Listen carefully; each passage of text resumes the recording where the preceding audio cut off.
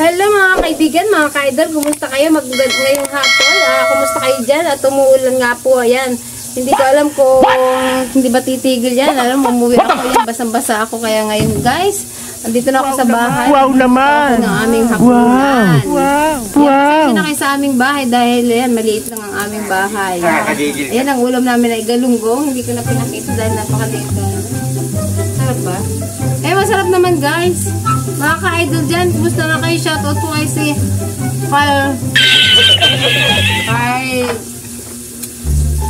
Pussycat. Shoutout po. Thank you po.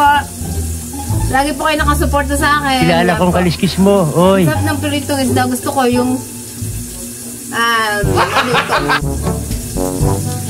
ayan guys.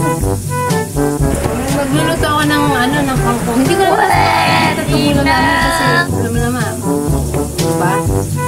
Adobong kangkong lang ulam namin tsaka pritong isda. Pwede na yan. Gusto ko malutong. Hindi naman masyado malutong. Kailangan dagdagan mantika. Kulang sa mantika guys.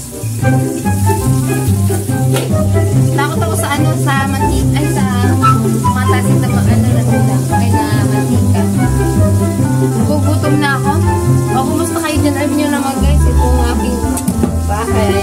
Napakaliit kaya wala pa tayong pang magluluto ako ng wala pa tayong pang bili ng malaking bahay. Kaya maliit lang po ang bahay namin ngayon. Magluluto ako ng itlog kasi nagugutom ko talaga ako. Yan. Lakas ng ulan kanina. Naabot ako ng ulan talaga. Lulutuin ko to guys. Mamaya lulutuin ko yung adobo kasi ulam nga namin yun. Alam, medyo tabingi ang aking cellphone. Tama ba? Yan. Yan. Yung natatabingi yung mukha ko. Yan. Yan.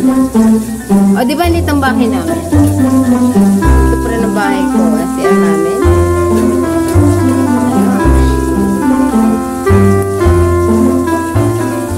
Nakakita na kayo ng bahay na maliit. Ayun guys, hindi ko alam kung anong gagawin ko pa sa susunod kasi ang tagal nun ng prito. Magtitimpla na ako ng ng kapeng bara ako kasi yun ang gusto ko. Lagi yung kinakape. Ayoko ng ibang kape gawa ng masakit yung uric acid ko lang. Ayun, bawal sa may uric acid. Pero yung kapeng bara ko, hindi naman na-action yung tiyan ko. Oy, batang maliit.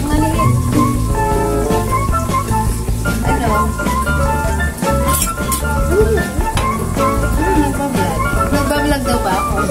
Pagay ka sa akin vlog. Hello guys. Opo.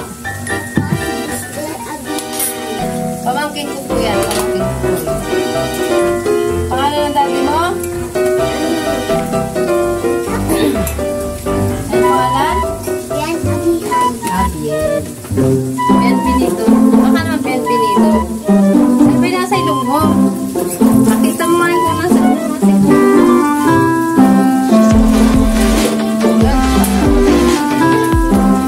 Napatay ko yung Napatay ko yung apoy kasi tatasikan ako. Ayoko magbaliktad lang. Tumatasik sa braso ko. Kaya pinapatay ko yung apoy. So yun guys. Kung bago lang po kayo sa akin channel, dahil hindi po tayo magtatagal din na ngayon, mag-merienda tayo. May merienda ako. Ululuto muna po ako ng itlog. Kasi ang cellphone ko hindi po tumatagal ng matagal na video. Kaya ito hanggang dito lang muna po tayo. Subscribe po. Salamat po sa mga sumuporta. At subscribe nyo pa rin po ako. Kahit bago lang po ako dito sa akin. Pasagpag po. Bye-bye.